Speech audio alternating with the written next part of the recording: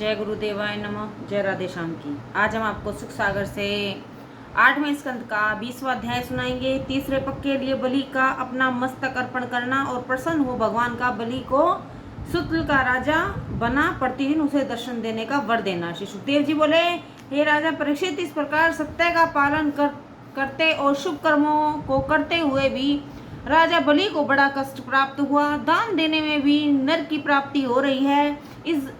यह बात कैसी? बेचारा बलि जो अब तक का राजा रहा, वह जीते जी नरक में भेज दिया जा रहा है। भगवान की लीला, पता नहीं कि वह नियंता किस समय क्या करना चाहता है। हाँ, सत्य की भी इतनी कठिन परीक्षा, परंतु धन्यवाद है उस परम साहसी बलि को जो शुभ कर्म करते हुए अशुभ से भी भयंकर फल भोगने जा रहा है। फिर भी उसकी बुद्धि अब तक उसका साथ दे रही है। अब वामन भगवान ने इस प्रकार से तीसरे पक्ष की पृथ्वी को इस कड़ाई में के साथ मांगा। तब उस पर साहसिक बलि ने कहा, महाराज, यदि आपको यही विश्वास हो कि मैंने जैसा कुछ आपको दान देने का विचार किया था उसे न देकर अब यदि अपनी प्रतिज्ञा से हट रहा हूँ, तो लीजिए, मैं अपने वचन को इस प्रकार सत्य करता हूँ कि अब आप अपना तीसरा पांव मेरे सिर के ऊपर रख दीजिए। इससे बढ़कर मेरे पास अब और क्या है जो चरणों में अर्पण करूं। भला अब तो आप मुझे झूठा नहीं कहिएगा, क्योंकि मुझे और किसी बात से डर नहीं है। ना मैं राज्य जाने की चिंता करता हूँ, ना मुझे किसी आपत्ति का भय है, न मैं अपने धन भाव की कुछ कठिनाई समझता, और ना मैं किसी दंड पाने के भय से घबराता हूँ, न मुझे अपनी अपकीर्ति से बड़ा भय है। यद्यपि पुरुष की अपकीर्ति का होना उसको मृत्यु से भी बढ़कर है। फिर उसे दंड से भय तब होता है कि जब किसी अयोग्यों के साथ हाथ से मिलता हो। हे भगवान, योग्य पुरुष के हाथ से दंड पाना तो और भी प्रशंसा की बात है, क्योंकि मैं देखता हूँ कि आज उचित दंड किसी को नहीं मिल रहा।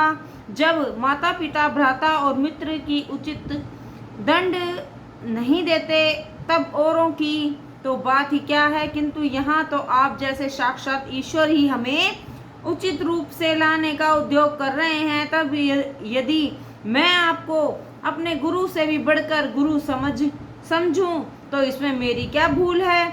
आपने मुझे यह अवनीति रूप नेत्र देकर हम दैत्यों को मदान होने से बचा लिया है। अन्यथा दैत्य ने जो इतना अत्याचार करके इतनी संपदा, इतना ऐश्वर्य प्राप्त किया है, वह क्या है इससे कहीं अधिक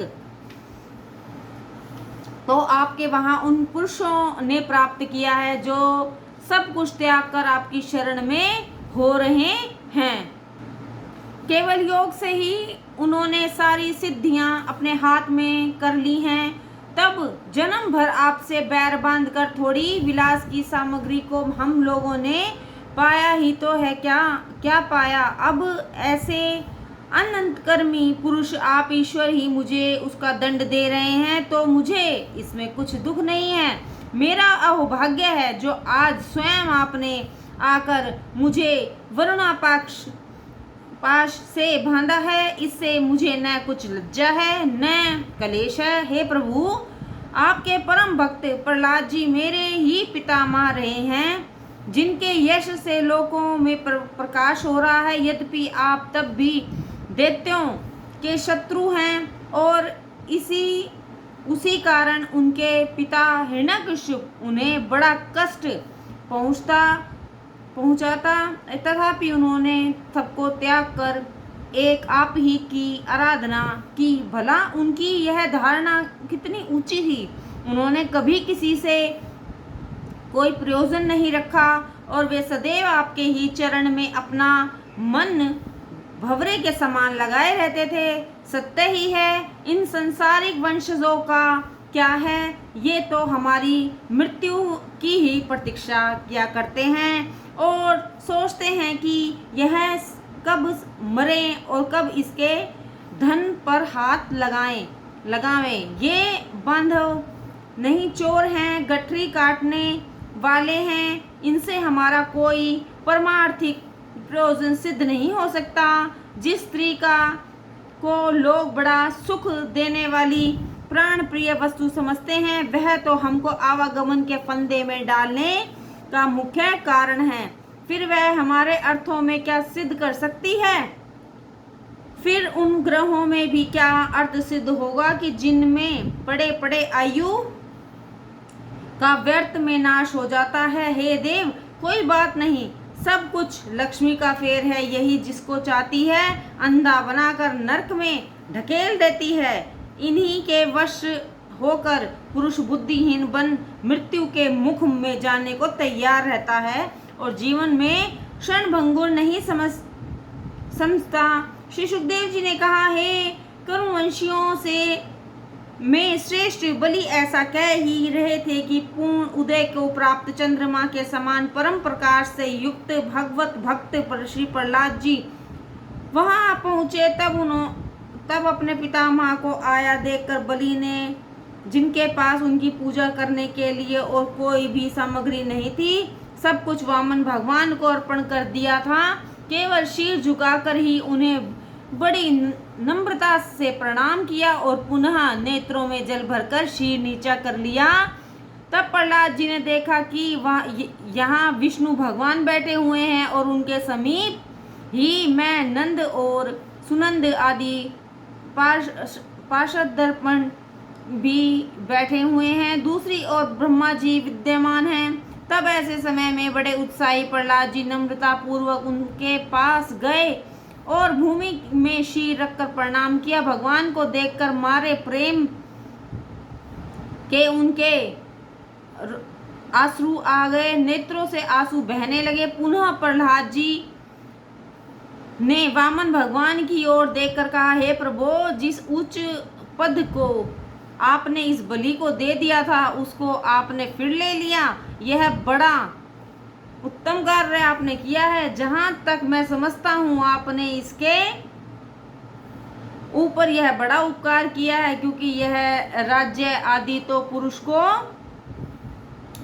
आत्म स्वरूप से विचलित कर देते हैं। अच्छा हुआ जो अब यह आत्म स्वरूप को बुलाने में हेतुभूत लक्ष्मी से च्युत कर दिया गया, क्योंकि यह लक्ष्मी बड़ी चंचल है। इसके हाथों पढ़कर बड़े से बड़े नियम व्रतधारी और विद्वान से विद्वान मोहित हो जाते हैं, गिर जाते हैं, उनका पतन हो जाता है। भला ऐसा कौन है जो लक्ष्मी के रहते हुए आत्मा की गति विगति को ठीक रूप से देख सके? सो जिन जगदीश्वर नारायण और समस्त लोगों के साक्षी आपने इसके ऊपर दया की है, उन आपको मेरा नमस्कार है। हे राजन परीक्षित, इतना कहकर प्रहलाद जी ज्यों ही चुप हुए कि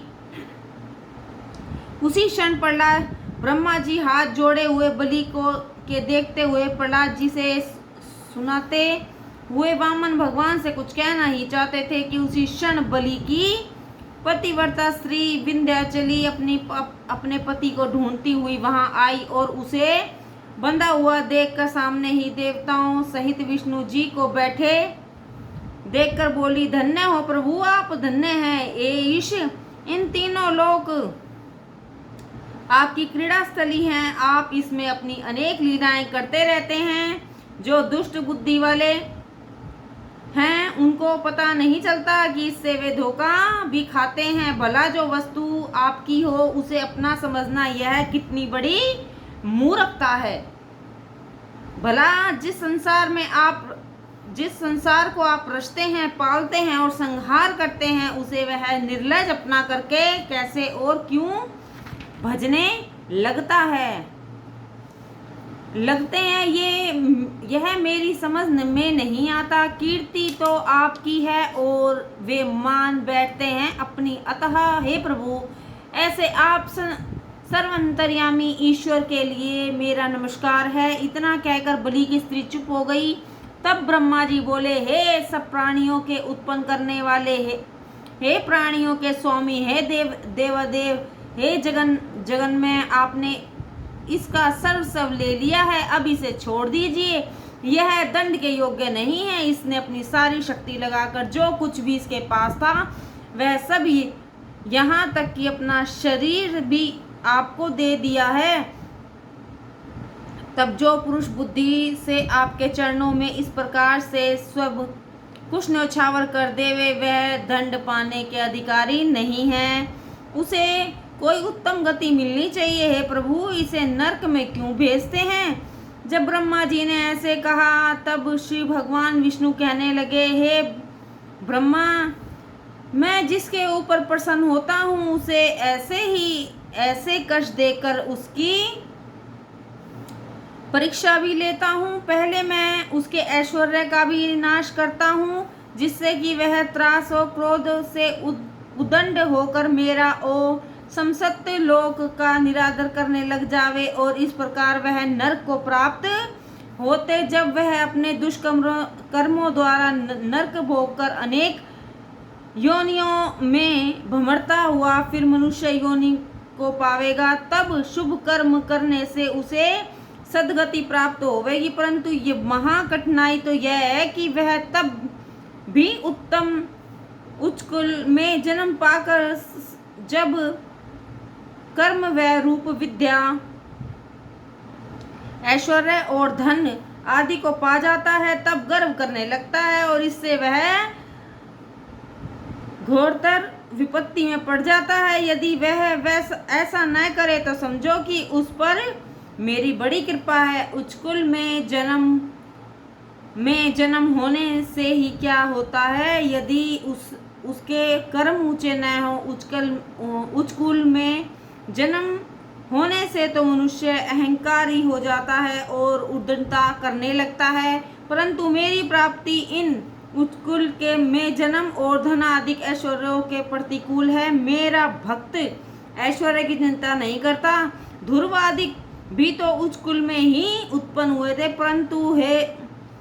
परंतु है कि कोई की जो उनकी समता कर सके। किंतु दानवों और दैत्यों में भी यदि बलि जैसा प्रतापी हुआ वैसा कोई नहीं हुआ। आज इसके कारण से दैत्यों का यश कुछ कम नहीं हुआ है, किंतु और भी बढ़ गया है। इसने अजया माया को जीत लिया और देखो, तभी तो आज यह इस कठिन से भी कठिन आपत्ति में पड़ने पर भी व्याकुल नहीं होता। इसका धन जाता रहा, यह अपने पद से उतार दिया गया, शत्रुओं द्वारा अपमानित किया गया, बांध लिया गया, इसके बांधवों ने त्याग दिया और कितने कलेश दिए गए। इसके गुरु में भी इसे डांट बताई और शाप भी दे दिया, परंतु इस महानियम व्रतधारी ने सत्य को नहीं त्यागा। मैं तो समझता हूँ कि यह निरादित्य ही होगा, परंतु यह बड़ा ही सत्यवादी निकला। अतः अब मैं देखता हूँ कि इसका आश्रय स्थान मैं ही हूँ और यह मेरा ही आश्रित है, इसलिए अब मैं इसे वह उत्तम स्थान देता हूँ जो देवताओं को भी दुर्लभ है। अब यह स्थूल लोक में जाकर निवास करे और सर्व मनु के मनवंतर में यही इंद्र होगा। तब तक यह विश्वकर्मा के बनाए हुए उसी स्थूल लोक में वास करे, जहाँ यह सब प्रकार से रक्षित रहकर आदि व्याधि, खेद, निद्रा और पराजय आदि सब उपद्रवों से रहित और रक्षित रहेगा। ब्रह्मा जी ने ऐसा कहकर वामन भगवान ने बलि से कहा, हे महाराज बलि, तुम्हारा कल्याण हो। तुम स्वर्गवासियों द्वारा भी प्रार्थना करने योग्य हो, अतः अब तुम अपने कुटुंब सहित स्थूल लोक में जाओ। वहां न तो तुम्हें कोई लोकपाल दबा सकेगा, न ही तुम्हारी कोई अवहेलना कर सकेगा। जो दैत्य तुम्हारी आज्ञा न मानेगा मेरे चक्र द्वारा मारे जाएंगे। साथ ही दैत्यों के साथ में रहते तुम्हारी बुद्धि में जो थोड़ा बहुत दोष आ गया है वह मेरे दर्शनों से शीघ्र ही दूर हो जाएगा, क्योंकि वहां मैं एक बार आकर तुम्हें नित्य ही अपना दर्शन दे जाया करूंगा। जय गुरुदेवाय नमः। जय राधे श्याम।